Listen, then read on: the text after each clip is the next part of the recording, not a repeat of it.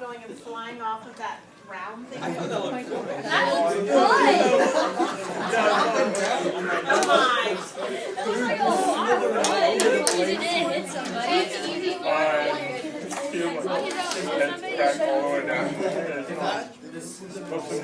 Alright, so now, I hope everybody, thank you so much, Eli. Everybody got your 3 squares, and we're going to be talking about the population. Now, I want to take some of your comments that you wrote. What are some of the things that were evident? Wow, there's been a population boom, right? What do you think? Would now be a good time for me to go back? No. Okay. Daniel. Well, there were a bunch of big buildings, so that means more tax increase, probably, or more people paying Lots taxes. of people. So, Fantastic. with more people paying taxes, that would increase the, They can build more, can't they? yeah. Trump wasn't around at the time, right, building all of his huge buildings. 60 stories? 60 stories is nothing now, is it? But back then, that was the tallest building in the world.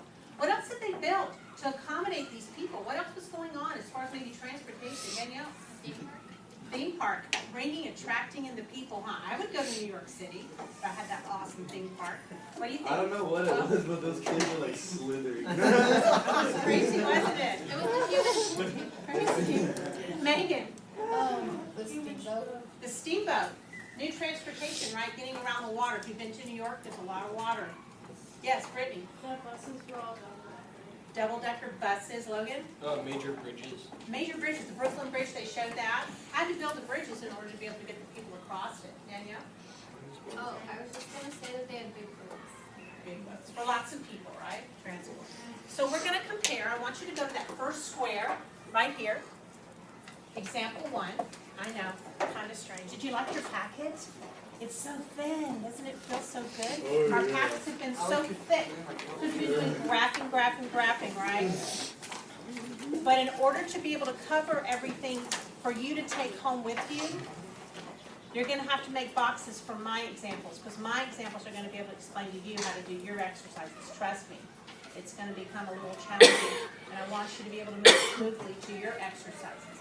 I want to review just a little bit of powers of 10, because we've got to get that in order to work this problem. This is the problem we're working in exercise 1. You can go ahead and write down example 1. In the 1700s, the population in New York City was only 7,248. Wow. Do you write this in the square? Put this in the square, leave some room because we're going to do a little bit of math. And then in the 1800s, it had exploded, right? And even now, we're on that video, we were even farther. We were at like 1910 maybe. So our 2 numbers are real important, and we're going to compare them. Now that word should ring a bell to you. Compare. Ratios. All right? So what I want you to do next is we're going to compare the 1800s to, there's that key word, the 1700s. So write the 1800s on the top of your fraction, of your ratio. And then on the bottom, your 1700s. Now here's where it gets a little interesting, all right? We are going to estimate, notice what this says right here. And tonight, if you have homework, I don't know that we'll have homework tonight because truly, today's just an introduction. But notice it says estimate to the powers of 10 that exceeds it. Estimate to the powers of 10 that exceeds it. I'm going to pass these out. If you get one, come up front, please. Mix them up a little bit.